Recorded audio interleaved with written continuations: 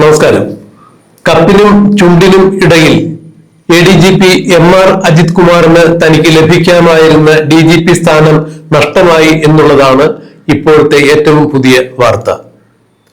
ADGP MR Ajith Kumar Pinarayi Vijayan മുഖ്യമന്ത്രിയായിരിക്കുമ്പോൾ അദ്ദേഹം നടത്തിയ നവകേരള യാത്രയോടനുബന്ധിച്ച് നവകേരള യാത്ര അഴിമതിയുടെയും ധൂർത്തിന്റെയും കെടുകാര്യസ്ഥതയുടെയും യാത്രയാണ് എന്ന് ചൂണ്ടിക്കാണിച്ചുകൊണ്ട് യൂത്ത് കോൺഗ്രസ് പ്രവർത്തകരും KSU പ്രവർത്തകരും മുഖ്യമന്ത്രിയും 20 മന്ത്രിമാരും സഞ്ചരിച്ചിരുന്ന, അതായത് മുൻ മുഖ്യമന്ത്രി പിണറായി വിജയനും 20 മന്ത്രിമാരും സഞ്ചരിച്ചിരുന്ന നവകേരള ബസിന് മുന്നിൽ കരിങ്കൊടി കാണിക്കുകയുണ്ടായി.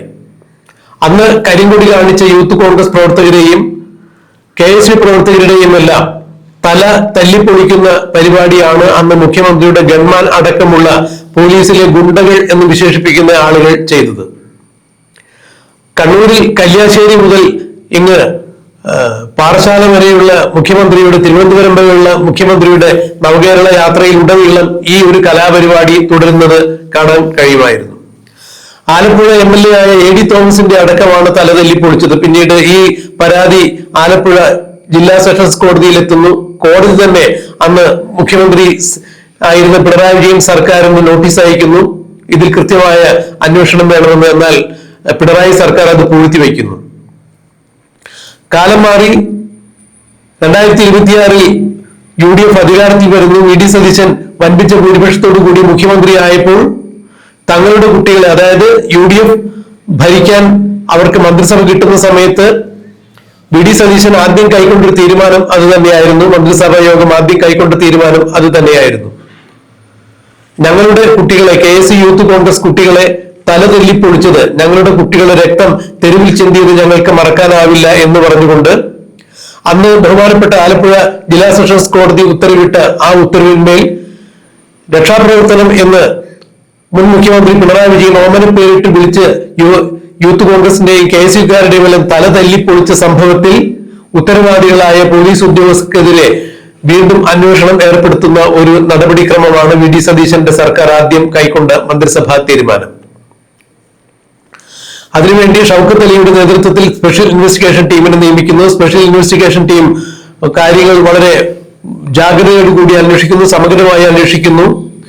അപ്പോഴാണ് ADGP MR അജിത് കുമാർ, ക്രമസമാധാന ചുമതലയുണ്ടായിരുന്ന ADGP MR അജിത് കുമാറാണ് രക്ഷാപ്രവർത്തനത്തിൽ ഇപ്പോഴത്തെ ആലപ്പുഴ MLA ആയ AD തോമസ് അടക്കമുള്ള ആളുകളുടെ തല തല്ലിപ്പൊളിച്ചതിന്റെ ആ കേസ് ഡയറി വിളിച്ചു വരുത്തുകയും ബഹുമാനപ്പെട്ട ആലപ്പുഴ സെഷൻസ് കോടതി വരെ ഇതിൽ കുറ്റമുണ്ട്, കുറ്റക്കാരെ കണ്ടെത്തണം എന്ന് പറഞ്ഞുകൊണ്ട് നിരീക്ഷിച്ച ഈ കേസിലെ case diary ADGP MR Ajith Kumar തന്റെ ആസ്ഥാനത്തേക്ക് വിളിച്ചു വരുത്തുകയും ആ കേസ് ഡയറിയിൽ എഴുതി വെച്ചിരിക്കുന്നതെല്ലാം വെട്ടിത്തിരുത്തി താൻ പറയുന്നത് പോലെ, അതായത് ഈ യൂത്ത് കോൺഗ്രസ് പ്രവർത്തകരുടെയും KSU പ്രവർത്തകരുടെയും എല്ലാം തല തല്ലിപ്പൊളിച്ച മുഖ്യമന്ത്രിയുടെ ഗൺമാന്മാരെ, പിണറായി വിജയന്റെ ഗൺമാന്മാരെ സംരക്ഷിക്കുന്ന തരത്തിൽ താൻ പറയുന്ന രീതിയിൽ ഈ മൊഴികൾ മാറ്റി എഴുതിയാൽ മതി, കേസ് ഡയറി അങ്ങനെ ആ റെക്കോർഡ് മതി എന്ന തരത്തിൽ ADGP പറഞ്ഞു.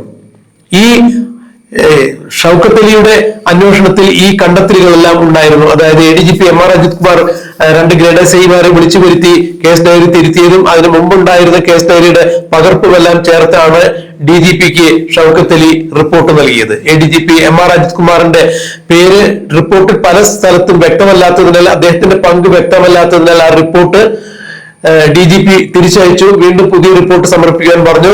48 മണിക്കൂറിനുള്ളിൽ ഷൗക്കത്ത് അലി പുതിയ റിപ്പോർട്ട് സമർപ്പിക്കുകയായിരുന്നു. അവിടെ ADGP MR അജിത് കുമാർ എന്തൊക്കെയാണ് കേസ് ഡയറി തിരുത്തുന്നതിന് വേണ്ടി ഏതൊക്കെ സന്ദർഭത്തിലാണ് ഇടപെട്ടത് എന്നുള്ളതിന്റെ കൃത്യമായ തെളിവുകൾ സഹിതമാണ് ഷൗക്കത്ത് അലി സമർപ്പിച്ചത്. കൂടാതെ ADGP MR അജിത് കുമാർ ഈ കേസ് തിരുത്തുന്നതുമായി ബന്ധപ്പെട്ട് മുഖ്യമന്ത്രിയുടെ ഗൺമാന്മാരായിരുന്ന ആളുകളെ പലകുറി വിളിച്ചതിന്റെ ഫോൺ റെക്കോർഡ്സ് അടക്കം CDR അടക്കമുള്ളത് രേഖകളാണ്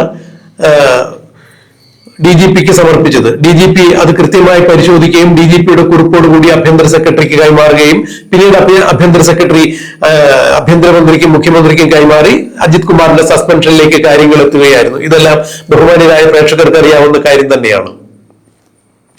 ഈ ഒറ്റ സംഭവം തന്നെയാണ് കപ്പിലും ചുണ്ടിലും ഇടയ്ക്ക് തനിക്ക് കിട്ടാമായിരുന്ന DGP സ്ഥാനം അജിത് കുമാറിന് നഷ്ടമായത്. പിന്നീട് സെൻട്രൽ അഡ്മിനിസ്ട്രേറ്റീവ് ട്രൈബ്യൂണലിൽ അജിത് കുമാർ തന്റെ സസ്പെൻഷൻ നീക്കണമെന്ന് ആവശ്യപ്പെട്ടുകൊണ്ട് പോയെങ്കിലും ട്രിബ്യൂണലിലും അജിത് കുമാറിന്റെ ഹർജി പരിഗണിച്ചില്ല.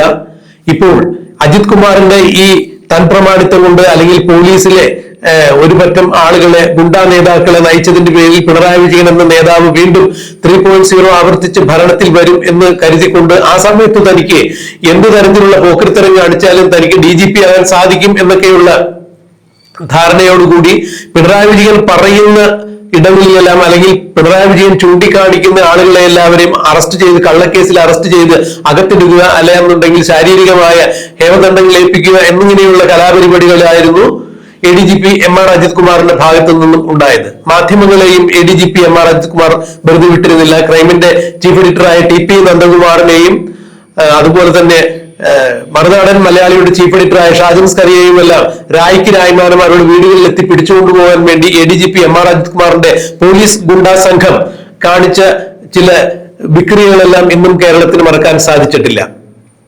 എന്നാൽ ഇപ്പോൾ ADGP MR അജിത് കുമാറിനെതിരെ മറ്റ് ചില കേസുകൾ കൂടി വന്നിരിക്കുന്നു. കവടിയാർ കൊട്ടാരത്തിന് സമീപം കൊട്ടാര സദൃശമായ ഒരു വീടാണ് ADGP MR അജിത് കുമാർ നിർമ്മിക്കുന്നത്. ഒരു പോലീസുകാരൻ 24 വയസ്സിൽ ജോലിക്ക് കയറിയാലും DGP ആകുന്നത് വരെ ജോലി എടുത്തു കഴിഞ്ഞാൽ അയാൾക്ക് എത്ര രൂപ ശമ്പളം കിട്ടും? ആ ശമ്പളത്തിന് അനുസൃതമാണോ ഇപ്പോൾ ADGP MR അജിത് കുമാറിന്റെ സ്വത്ത് വിവരങ്ങൾ?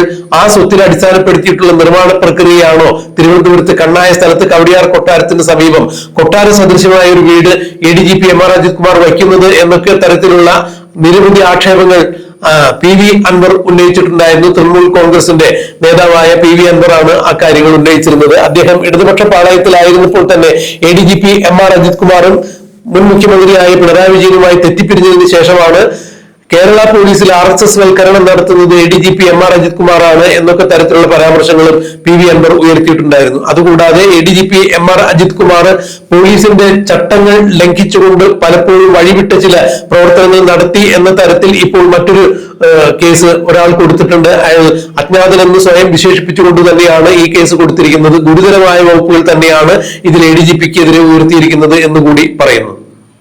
അതെന്ത് തന്നെയായാലും ADGP MR അജിത് കുമാറിന്റെ DGP സ്വപ്നം പൊളിഞ്ഞിരിക്കുന്നു. പകരം ആ സ്ഥാനത്തേക്ക് S ശ്രീജിത്ത് എന്ന ADGP ആണ് നിയമിച്ചിരിക്കുന്നത്. സർക്കാരിനും ADGP ശ്രീജിത്തിനെ DGP ആക്കുന്നതിൽ അഭിപ്രായക്കേടില്ല. ആഭ്യന്തര സെക്രട്ടറി, ചീഫ് സെക്രട്ടറി, ആഭ്യന്തര സെക്രട്ടറിക്ക് ഈ S ശ്രീജിത്തിനെ DGP ആക്കണം, DGPയുടെ ഒഴിവിലേക്ക് DGPയുടെ നിയമനം നടത്തണമെന്ന് കാണിച്ചുകൊണ്ട് കത്ത് എഴുതിയിരിക്കുന്നു. ആ കത്ത് ആഭ്യന്തര സെക്രട്ടറി ആഭ്യന്തരമന്ത്രിയായ രമേശ് ചെന്നിത്തലയ്ക്ക് കൈമാറിയിരിക്കുന്നു. ഒപ്പം മുഖ്യമന്ത്രിക്കും കൈമാറിയിരിക്കുന്നു. തത്വത്തിൽ രമേശ് ചെന്നിത്തലയും മുഖ്യമന്ത്രിയായ VD സതീശനും ആ കാര്യത്തിൽ ഒപ്പിടുന്നതോടുകൂടി കേരളത്തിന്റെ പുതിയ DGP ആയി S ശ്രീജിത്തിനെ അവരോധിക്കും. ADGP MR അജിത് കുമാറിന്റെ DGP സ്വപ്നം എന്നുള്ളത് പൊലിയുന്നു. ഇനിയിപ്പോൾ അജിത് കുമാർ ട്രിബ്യൂണലിൽ പോയി തനിക്ക് അനുകൂലമായ ഒരു വിധി സമ്പാദിച്ചു കൊണ്ടുവന്നാലും ADGP ആയിരുന്ന S ശ്രീജിത്തിനെ DGP ആക്കുന്നതിലൂടെ അദ്ദേഹത്തിന്റെ സ്ഥാനത്തിന് യാതൊരു തരത്തിലുള്ള മാറ്റങ്ങളും ഉണ്ടാകാൻ പോകുന്നില്ല എന്ന് നിയമവൃത്തങ്ങൾ ചൂണ്ടിക്കാണിക്കുമ്പോൾ ADGP ആയിരുന്ന MR അജിത് കുമാറിന്റെ കയ്യിലിരിപ്പും തൻപ്രമാണിത്വവും പിണറായി വിജയന് വേണ്ടി വിടുപണി ചെയ്തതിന്റെ പേരിലാണ് ഇപ്പോൾ DGP സ്ഥാനം, തനിക്ക് കിട്ടാമായിരുന്ന ഒരു DGP സ്ഥാനം കപ്പിനും ചുണ്ടിനും ഇടയിൽ നഷ്ടപ്പെട്ടിരിക്കുന്നത് എന്നാണ് ചൂണ്ടിക്കാണിക്കപ്പെടുന്നത്. എന്തായാലും അത് വിധിച്ചിരിക്കുന്നത് അല്ലെങ്കിൽ ADGP MR അജിത് കുമാർ സ്വയം വരുത്തിവെച്ച വില കൊണ്ട് നേട്ടമായിരിക്കുന്നത് S ശ്രീജിത്ത് എന്ന DGP കസേരയിലേക്ക് അവരോധിക്കപ്പെടുന്നു എന്നുള്ളത് തന്നെയാണ്.